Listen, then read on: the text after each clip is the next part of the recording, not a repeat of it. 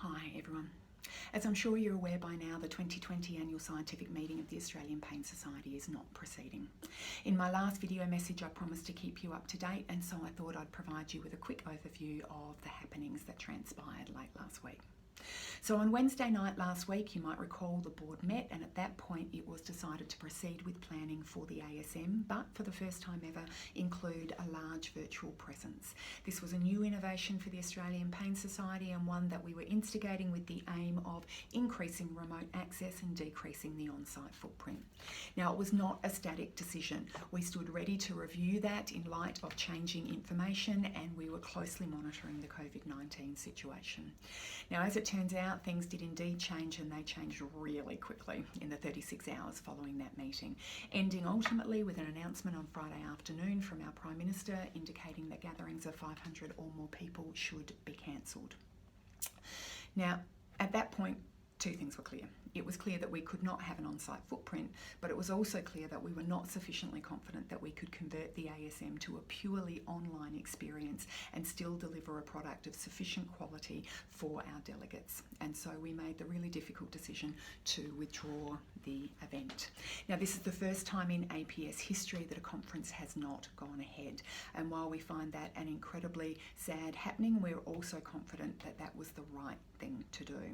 It does mean, though, that our skills lie in building conferences, not actually in pulling them apart. So while we stand ready to offer registration reimbursements, we ask your patience over the coming days as we develop the processes for that.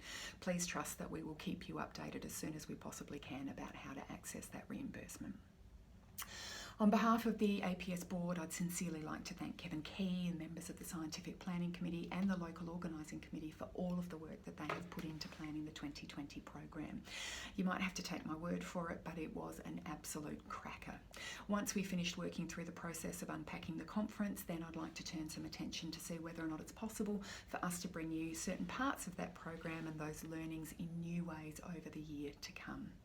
I'd also like to thank Diana Crebin, Alex and the team at DC Conferences, as well as, of course, Tracy and Christy at the Secretariat for all of the support they're giving to APS as we navigate this new challenge. On a personal level, I'd like to thank the board for their ongoing commitment, involvement and dedication in what's been some really interesting and challenging times. In the word of a colleague, COVID-19 is uncharted waters and things are changing quickly. I'm mindful that we have an ever-increasing number of people who are adversely affected by this virus and indeed by the measures that are put into place to try and control it. It's timely now that we turn our attention to ways that we can support each other. Looking ahead, our first priority is towards our members, our delegates, our exhibitors and our sponsors. Once we have met those obligations, then we're going to turn some attention towards devising a strategy to deliver our annual general meeting in a virtual setting. And that time I hope to be able to give the membership a little bit more information about the impact that this event has had for the society. I am honoured to work with the Australian Pain Society, and I am proud of all of the things that our membership achieves. As always, please don't hesitate to reach out if you have any questions or any concerns. We're really happy to talk to you at any time. Until then, stay safe, stay healthy, stay happy and take care of each other. Best wishes.